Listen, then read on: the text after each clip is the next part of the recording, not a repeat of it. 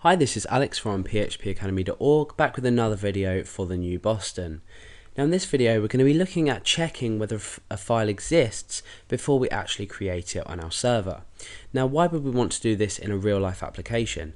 Well, let's say you had a file upload form and you were allowing users to upload specific files and maybe storing them in an area that they can be viewed for either public or your own personal use. So you may be asking users to upload, for example, CVs, or you may be asking them to upload images that contribute to part of a website. So you're going to have specific location or locations that you're going to store images in.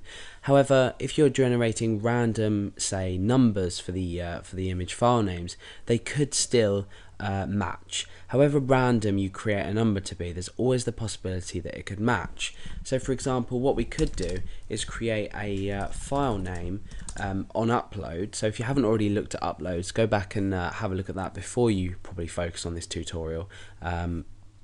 Because you need to understand how we use the move uploaded file function to rename our file once we've moved it from a temporary location. Your file name might be rand number between say 1000 and 9999, and then you might have the MD5 hash of the original file name. So the file name might be called image.jpg, so MD5 hash file name, let's say OR for original, and then let's say you might have another random number between 1000 and 9999. So the MD5 hash is basically going to create a 32 character hash from this here. So let's go ahead and echo out the file name and see what result we get first of all. Okay, so this is the random file name that we may have generated to save on our server. So let's say the user, the first user uploads an image called image.jpg. Everything's fine, the image is stored. However, what happens if, say, 1,000 users later, someone else uploads an image called image.jpg, and this random number here and this random number here happen to equal the same as what's already been stored here and what's already been stored here. So there's a way we can deal with this, and we need to use the file exists function. So we can check whether a file exists before we perform an action. So let's go and have a look at this function itself. So the function is called file_exists. This is how we call the function, and the parameter that we give is the file name itself. So for example, I could say file exists file.txt or image.jpg, etc, etc, etc. So what I'm going to do is, in this example, I'm going to check whether a specific file exists, and if not, I'm going to create a text file.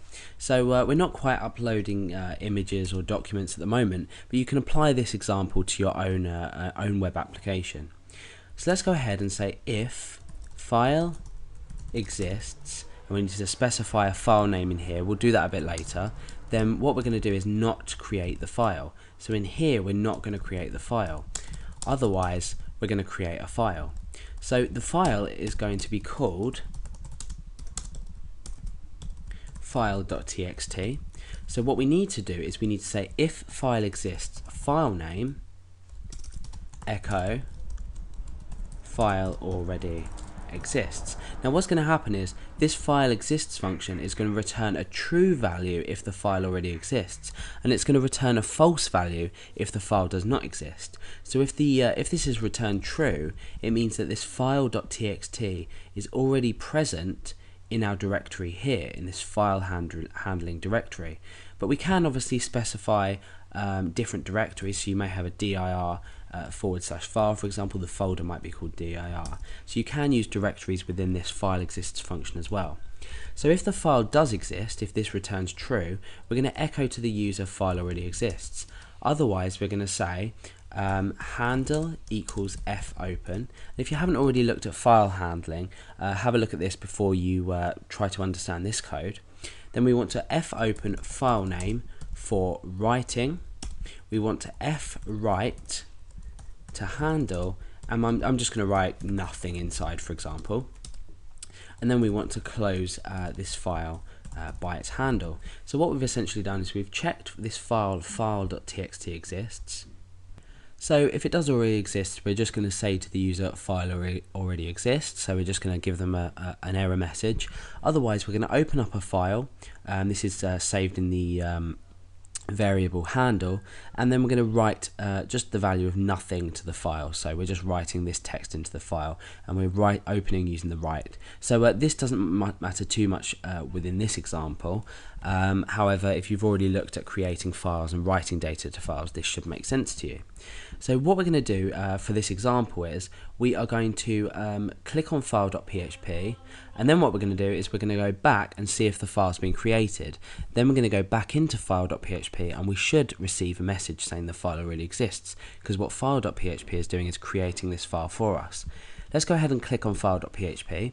So we've got blank. So we can assume in this example that when we've run this page, that the file has been created. Let's go back and refresh.